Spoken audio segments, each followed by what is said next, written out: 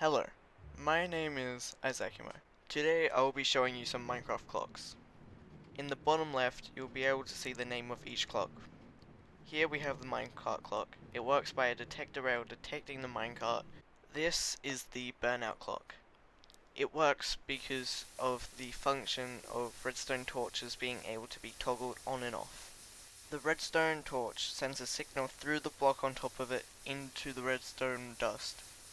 This then turns off the torch, but because there's no power going into the dust, the torch turns back on, and now you got your clock. This is the torch clock. It works exactly the same way. It will turn itself on and off and on and off and on and off. Again, this next clock uses the on-off mechanic of the redstone torch. It sends a signal into the block above it, which then goes through the repeater into the block, which then goes down into the redstone dust, which then goes through the block, turning it off. This is a simple clock, everyone knows it. It's as many repeaters as you want, and it's just a signal going round and round in circles. This clock is pretty much the same as a torch clock, only it's a comparator.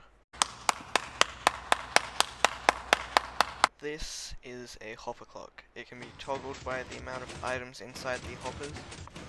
When a redstone signal goes into a hopper, it can't send out the item, so this clock uses that to its advantage. When all the items are out of one hopper, the comparator turns off, letting the pistons change where the block is, meaning that the items can flow into the other hopper.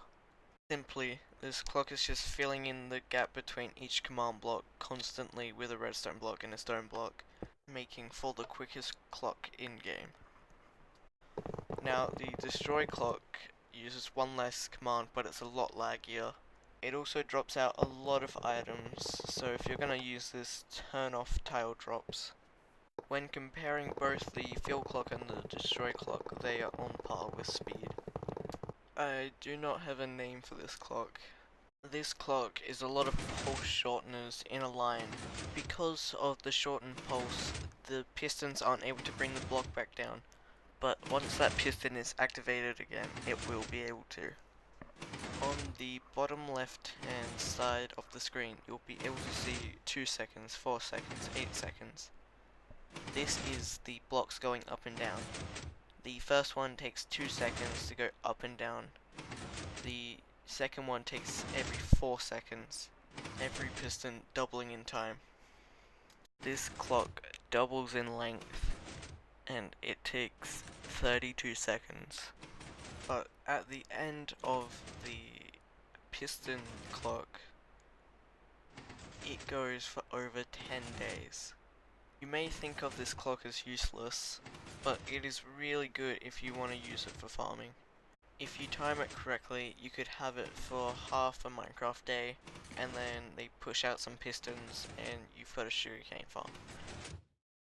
Thank you for watching. There'll be another one up tomorrow and the next day for another 3 weeks, and then you can expect to see them at least once a week from then on.